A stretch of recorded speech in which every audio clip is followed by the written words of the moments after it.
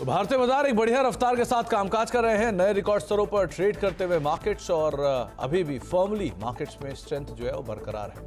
आगे बातचीत कर लेते हैं पहले बाजार के ऊपर। हमारे साथ ओशो कृष्ण एंजल वन से मौजूद भी हैं। ओशो नमस्कार, स्वागत है कार्यक्रम में। पहले तो मार्केट्स पे क्यू एंड कॉन्ग्रेचुलेशन, क्योंकि नए ऑल टाइम हाइस पे हम कामकाज कर रहे हैं। 25,100 के आसपास आप कैसे रीड कर रहे हो मार्केट्स को, निफ्टी को? आज निफ्टी बैंक नहीं बोलूंगा, निफ्टी आईटी को रादर, वहां क्या करना चाहिए? Very good afternoon Sumit ji. सबसे पहले आपको भी बहुत बहुत मुबारक हो, निफ्टी वापस से अपने लाइफ टाइम हाई को क्लेम करते हुए नजर आ रहा है। तो ओवरऑल ट्रेंड काफी पॉजिटिव है। एंड इस बार भी अगर हम देखें, निफ्टी पिछले 2 दिनों से नियर अबाउट 25,000 पे थोड़ा हेजिटेंट मूव कर रहा था, बट एक्सपेक्टेड था कि शॉर्ट कवरिंग हमें एक्सपायरी के आसपास देखने को मिलेगी। एंड 25,000 पे काफी क्रूशियल पुट एंड कॉल दोनों ही की तरफ काफी स्ट्रॉन्ग राइटिंग हुई थी। बट आज हमने जैसा देखा है कि काफी स्ट्रॉन्ग कॉल राइटिंग में शॉर्ट कवरिंग देखने को मिला है। एंड यहाँ से एक अच्छा मूवमेंट देखने को मिल रहा है निफ्टी पर। तो एक्सपेक्टेड रहेगा कि कंटिन्यूएशन रहे यहाँ से अप ट्रेंड के लिए। अभी भी जैसा आपने बोला कि आईटी इंडेक्स में काफी स्ट्रॉन्ग मूवमेंट है। Mid cap ITs and large cap companies दोनों में ही काफी स्ट्रॉन्ग ट्रैक्शन है, जो कि मार्केट के सेंटिमेंट्स को काफी स्ट्रांगली पुश कर रहा है। तो एक्सपेक्टेड रहेगा कि अंडरटोन बुलिश के साथ ही हमारे मार्केट में आगे भी अप्रोच रहेगा। निफ्टी के लिए अगर हम इमीडिएट देखते हैं, तो 25,200 से 250 पहला टारगेट बन के आ रहा है शॉर्ट टर्म पे। बिल्कुल आज या कल के दायरे में 25,200 250 तक के टारगेट्स हमें देखने को मिल सकते हैं, क्योंकि ट्रेंड पॉजिटिव है।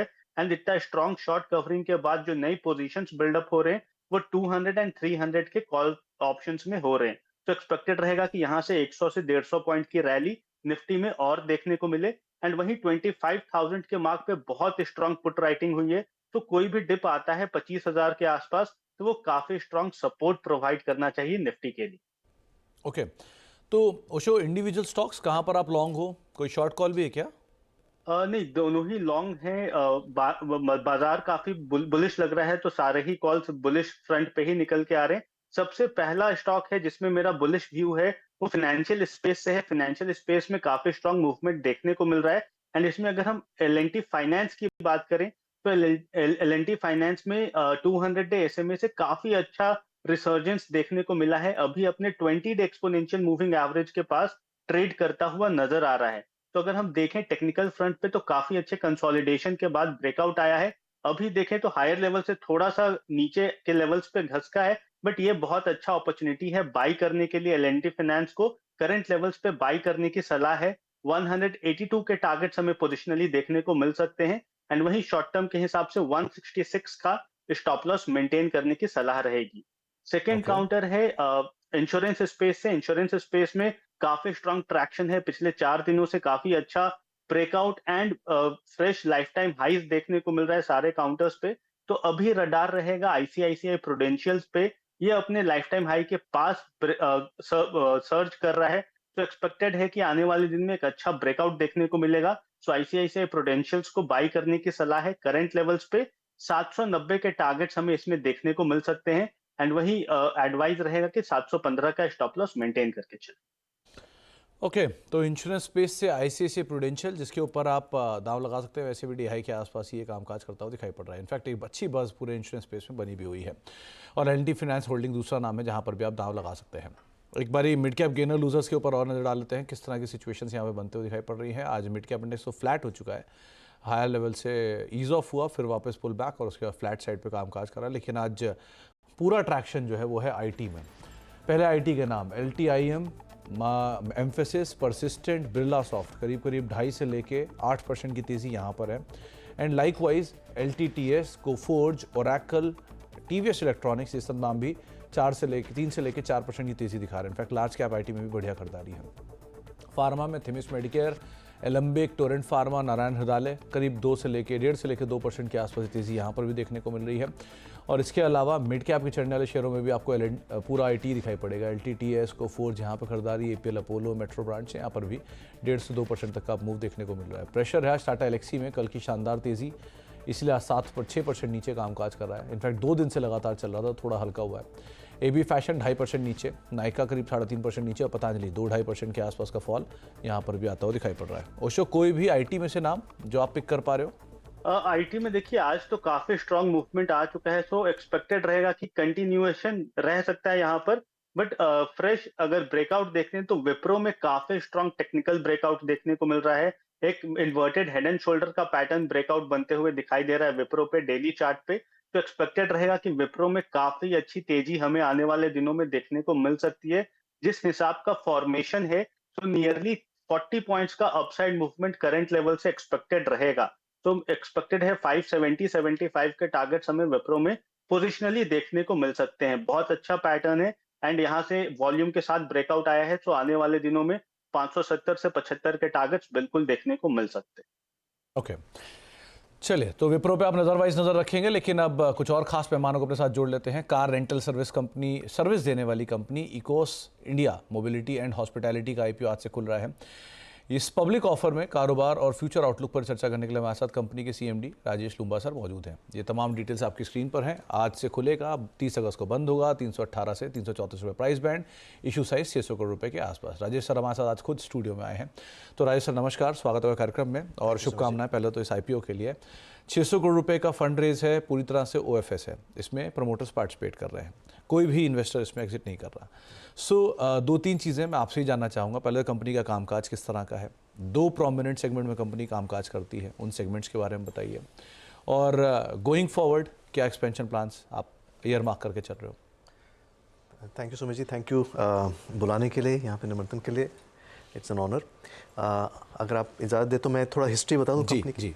तो ये कंपनी हमारे फादर ने शुरू करी थी। कंपनी तो नहीं, ये बिज़नेस का जो सीड है उन्होंने बोया था 1973 में।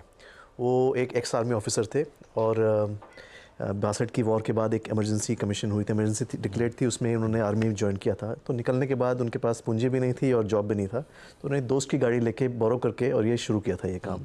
और 2 साल लगे उन्हें अपनी पहली गाड़ी लेने के लिए। और जब ये अपना नाम रखा इस सर्विस का, तो उन्होंने इको इसलिए रखा कि वो खुद एक इको थे, मतलब इमरजेंसी कमीशन ऑफिसर थे, और वहीं से ये नाम आता है इको का। अच्छा, तो अब क्योंकि आपने with in decades, multiple decades में एक्सपैंड किया है और अब आप लोग आईपीओ लेकर आ रहे हो इतने सालों बाद। अभी का सिचुएशन किस तरह का है कंपनी के कारोबार को लेकर, और जो दो बिजनेस है प्रोमिनेंट, उसमें एक कॉर्पोरेट साइड आता है आपके लिए, एक इवेंट वाला पार्ट भी आता है। इनके बारे में अगर आप डिटेल बताओ तो बिज़नेस गाड़ी के साथ ड्राइवर देने का बिज़नेस है, एक सर्विस देने का बिज़नेस है। इसके 2 फ्लेवर हैं। एक है शॉफर्ड कार रेंटल, जिसको हम कहते हैं, जिसके अंदर एक सर्विस जैसे कि आप भी यूज़ करते होंगे जब आप ट्रैवल करते हैं कि एयरपोर्ट जाना है या दिन के लिए, पूरे दिन के लिए गाड़ी चाहिए, या बाहर ट्रैवल करना है, किसी आउट स्टेशन ट्रिप पे जाना है, उसके लिए वो गाड़ी यूज़ कर सकते हैं। और आपके ओकेजन के हिसाब से आप अलग अलग गाड़ी लेंगे। कभी आप एक सेडान ले लेंगे, कभी आप एक प्रीमियम गाड़ी जैसे क्रिस्टा है वो ले लेंगे, कभी आप लग्जरी गाड़ी है वो ले लेंगे, कभी आप बस लेंगे, वैन लेंगे जब फैमिली के साथ जाना है।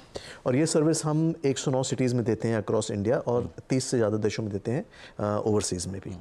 और इसमें टिपिकली हमारे क्लाइंट जो होते हैं वो कॉर्पोरेट्स होते हैं, फिर इवेंट ऑर्गेनाइजर्स वगैरह होते हैं, वेडिंग प्लानर्स होते हैं, और फिर इंडिविजुअल्स होते हैं। दूसरा जो फ्लेवर है बिज़नेस का वो है एम्प्लॉय ट्रांसपोर्टेशन सर्विस का, ETS कहते हैं जिसको हम। उसमें बड़ी कंपनीज़ होती हैं जिनके बहुत एम्प्लॉयज़ होते हैं, वो एक home office, home pickup and drop देते हैं अपने एम्प्लॉयज़ को। और इसमें हमारी मेजर क्लाइंटेल है, ग्लोबल कैपेबिलिटी सेंटर्स हैं, ITS कंपनीज़ हैं, मैन्युफैक्चरिंग कंपनीज़ हैं।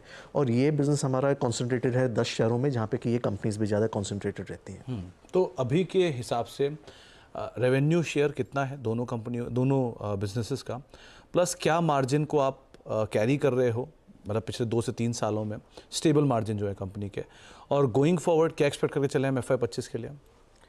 तो जब से हमारा दोनों काम हम कर रहे हैं पिछले 25 साल से, तो ऑलमोस्ट इक्वली चलता रहा है।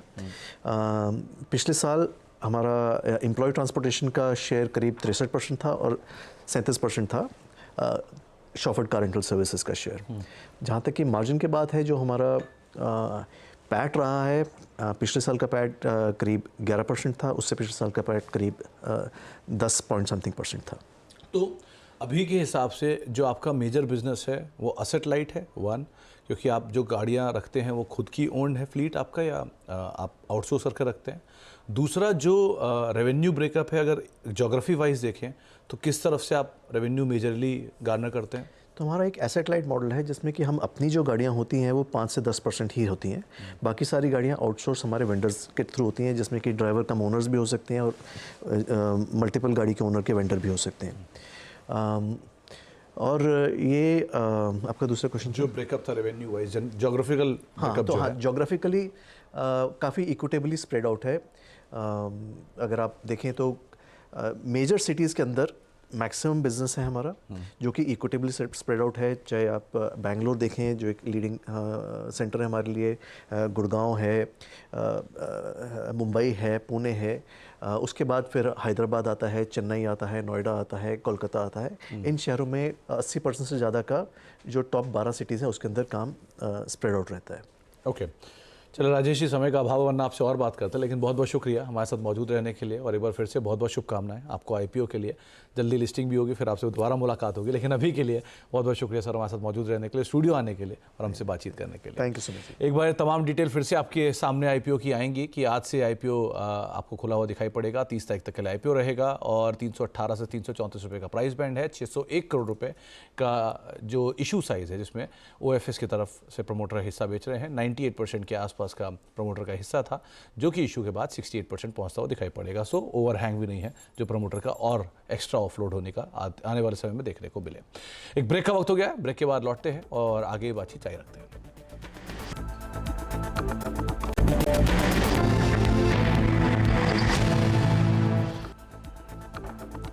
अब देख रहे हैं मिड कैप मंत्रा और मार्केट्स अपने रिकॉर्ड स्तरों के करीब ही कामकाज करते हुए आपको दिखाई पड़ेगी, led by IT. Of course आज बढ़िया तेजी वहां पर देखने को भी मिल रही है। लेकिन कुछ और अहम खबरों में, दूरसंचार विभाग ने वोडाफोन आइडिया को बैंक गारंटी की शर्तों में ढील देने के लिए वित्त मंत्री से राय मांगी है। कंपनी ने करीब 24,750 करोड़ रुपए की बैंक गारंटी जमा करने पर छूट देने की मांग की है। इस खबर पर ज़्यादा जानकारी के लिए चलते असीम अंजंदा के पास। तो असीम, ये अपडेट आ रहा था कि शायद 24,750 करोड़ रुपए के आसपास की बैंक गारंटी के ऊपर थोड़ी सी छूट आते हुए दिखाई पड़े। कल सेकंड हाफ में खबर भी आई थी, क्या डिटेल है आपके पास? सुमित, पिछले महीने जो वोडाफोन आइडिया उसने दूरसंचार विभाग को एक चिट्ठी लिखी थी और कहा था कि हमारी बैंक गारंटी जो है वो सितंबर और अक्टूबर में ड्यू हो रही है और ये करीबन 35,000 करोड़ रुपए की बैंक गारंटी है। हम भी इसको चाहते हैं कि सरकार इसको हमको छूट दे और हमको ये बैंक गारंटी जमा ना करानी पड़े। तो जब मैं सूत्र बता रहे हैं कि अब दूरसंचार विभाग ने इससे वित्त मंत्रालय की राय मांगी है। अगर वित्त मंत्रालय इसको मंजूरी दे देता है तो सरकार बहुत जल्दी कैबिनेट से भी इसकी मंजूरी लेगी। ये भी बता दूं कि जो नीलामी की शर्तें हैं अगर उसमें किसी भी तरह का रिलैक्स करना है तो इसके लिए कैबिनेट की मंजूरी जरूरी है, तो बिना कैबिनेट की मंजूरी के इसको अप्रूव नहीं किया जा सकता है। दूसरा ये कि इसका फायदा बाकी ऑपरेटरों को भी मिलेगा, एयरटेल को भी मिलेगा और वोडाफोन आइडिया के साथ साथ रिलायंस जियो को भी मिलेगा। तीनों ऑपरेटर्स को इसका फायदा मिलेगा। तो अभी जैसे ही वित्त मंत्रालय क्योंकि पहली जो किस्त है कंपनी की वो सितंबर 22 के आसपास ड्यू हो रही है, तो ठीक उससे पहले सरकार को इसके ऊपर फैसला लेना है, कैबिनेट से इसका अप्रूवल लेना है। तो बहुत जल्दी आप यहाँ पर एक रिलैक्सेशन कंपनी के लिए या बाकी कंपनियों के लिए आ सकते हैं जहां पर कंपनियों को बैंक गारंटी के अंदर थोड़ी सी राहत मिलती हुई दिखाई दे सकती है। तो शायद रिलीफ आता हुआ दिखाई पड़ सकता है। ऐसी कुछ डिटेल आपको असीम बता भी रहे हैं। असीम, बहुत बहुत शुक्रिया ये तमाम डिटेल हमारे साथ शेयर करने के लिए। अगर आगे भी इस पर कुछ और अपडेट आता है तो आपसे हम ज़रूर बात करेंगे। लेकिन खिलाड़ियों का अपडेट भी देख लेते हैं। ये हफ्ते तीसरा सत्र आ चुका है। इस सत्र में अब तक किस तरह की सिचुएशन है। एक ब्रेक का वक्त हो गया, ब्रेक के बाद लौटेंगे, देखते हैं तीनों खिलाड़ियों का अपडेट कैसा है, क्योंकि सो फार तो निगेटिव रिटर्न चल रहा था एक खिलाड़ी का। लेट्स सी गोइंग फॉरवर्ड क्या सिचुएशन आती है ब्रेक के ऊपर।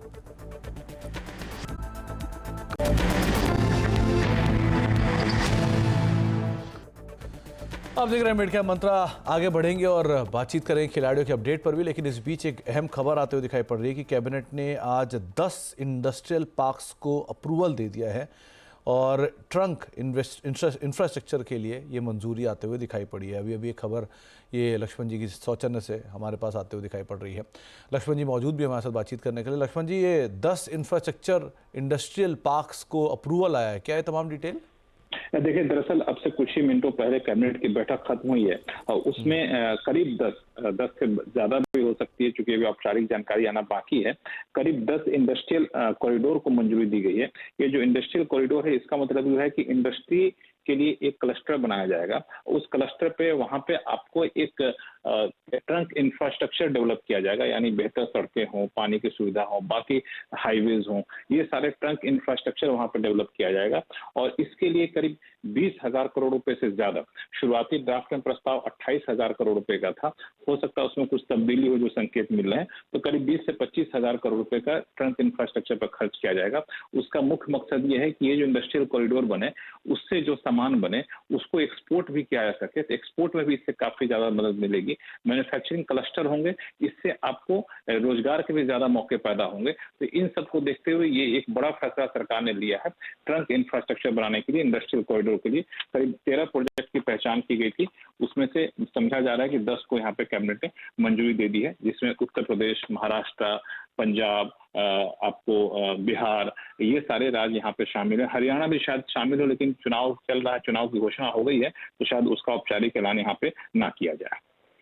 बहुत बहुत शुक्रिया लक्ष्मण जी, आगे भी इस पर और डिटेल लेंगे जैसी औपचारिक घोषणा होती है वैसे ही, लेकिन बहुत बहुत शुक्रिया ये खबर हमें सबसे पहले बताने के लिए कि 10 इंडस्ट्रियल पार्क के को कैबिनेट की तरफ से मंजूरी आते हुए दिखाई पड़ी है। ब्रेक का वक्त हो गया, लेकिन जाने से पहले जरा खिलाड़ियों के अपडेट भी देख लेते हैं। इस हफ्ते IDBI कैपिटल के ब्रिजेश आयल, साथ ही साथ कैटलिस्ट वेल्थ के प्रशांत सावंत और प्रूडेंट ब्रोकिंग के प्रदीप चंदानी बीच मुकाबला है। सो फार प्रदीप लीड कर रहे थे 7.5-8% के पॉजिटिव रिटर्न के साथ, और नेगेटिव रिटर्न था प्रशांत का, 4% नेगेटिव रिटर्न है प्रशांत का, 7% रिटर्न है पॉजिटिव प्रदीप का, और 1.5% के आसपास पॉजिटिव रिटर्न देखने को मिल रहा है ब्रिजेश का। ब्रेक का वक्त है और ब्रेक के उस पार आज जनोयर कंपनी बातचीत करेंगे हम ऑफिस स्पेस सॉल्यूशंस के CMD अमित रमानी सर से। छोटे से ब्रेक के उस पार तमाम डिटेल्स को लेकर। नमस्कार।